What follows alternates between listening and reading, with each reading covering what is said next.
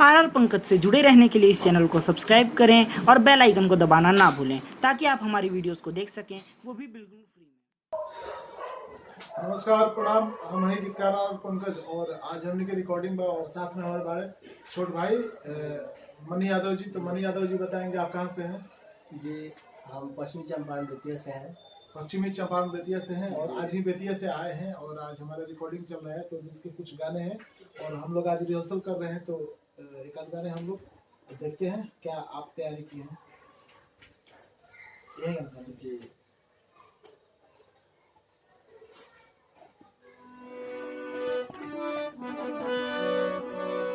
आइए देखते हैं क्या तैयारी है। कहिए तो।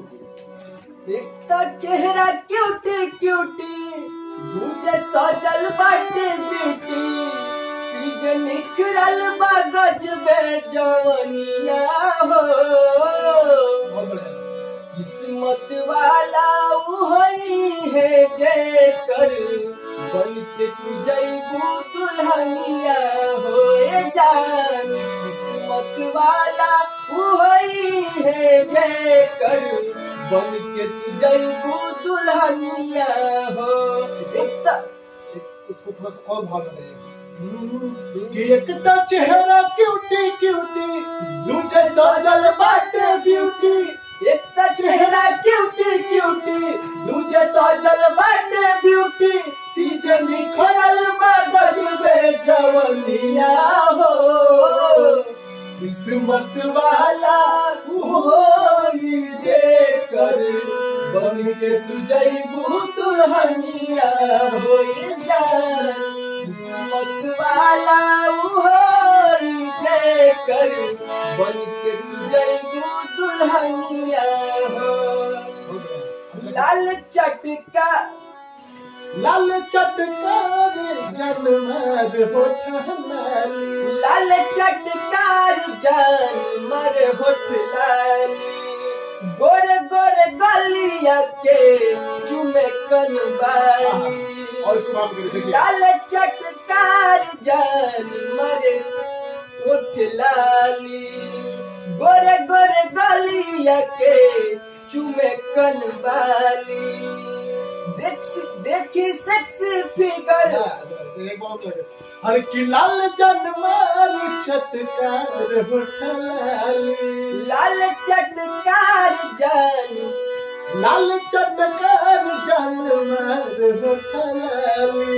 लाल चटकार जानमर होठ, लाल चटकार जनमर होठ लाली। लाल चटकार जानमर देखिए में जुड़ेगा। लाल चटकार जनमर होठ लाली। लाल चटकार जानमर होठ, जनमर होठ लाली। गोरे गोरे गलिया के, गोरे गोरे गलिया के, गोरे गोरे गलिया के चुमे कनबाली। ओ देखी से किसी फिगर मोरा डोले जिगर। वो देखी से किसी फिगर मोरा डोले जिगर, जान मारेला मुस्की चवनिया हो। किस्मत वाला वही है जेकर बन के तू जइबू दुल्हनिया हो। कि जनमारेला मुस्की चवनिया हो। कि जान मारेला मुस्की चवनिया हो।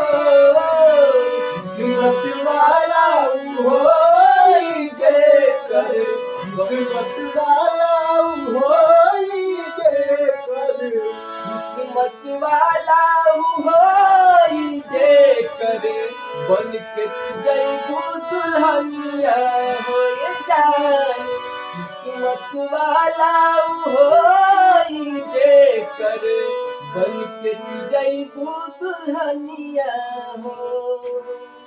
बहुत बढ़िया आप तैयारी किए हैं और उम्मीद करता हूँ कि आज स्टूडियो में बढ़िया गाएंगे।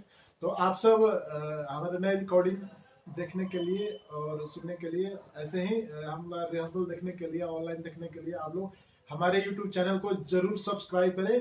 जिसका नाम है RR इंटरटेनमेंट। तो RR इंटरटेनमेंट यूट्यूब पे जाके सर्च करें और सब्सक्राइब करें और जो लाल वाले बेल का बटन है, घंटी का बटन दबाएं ताकि सबसे पहले नोटिफिकेशन आपके मोबाइल तक पहुंचेगा। तो हमारे मनी भाई को ऐसे ही दुलार प्यार दीजिए और ये हमारे भोजपुरी के अच्छे कलाकार बनेंगे हमारे गुड विशेष के साथ। RR पंकज से जुड़े रहने के लिए इस चैनल को सब्सक्राइब करें और बेल आइकन को दबाना ना भूलें ताकि आप हमारी वीडियोस को देख सकें, वो भी बिल्कुल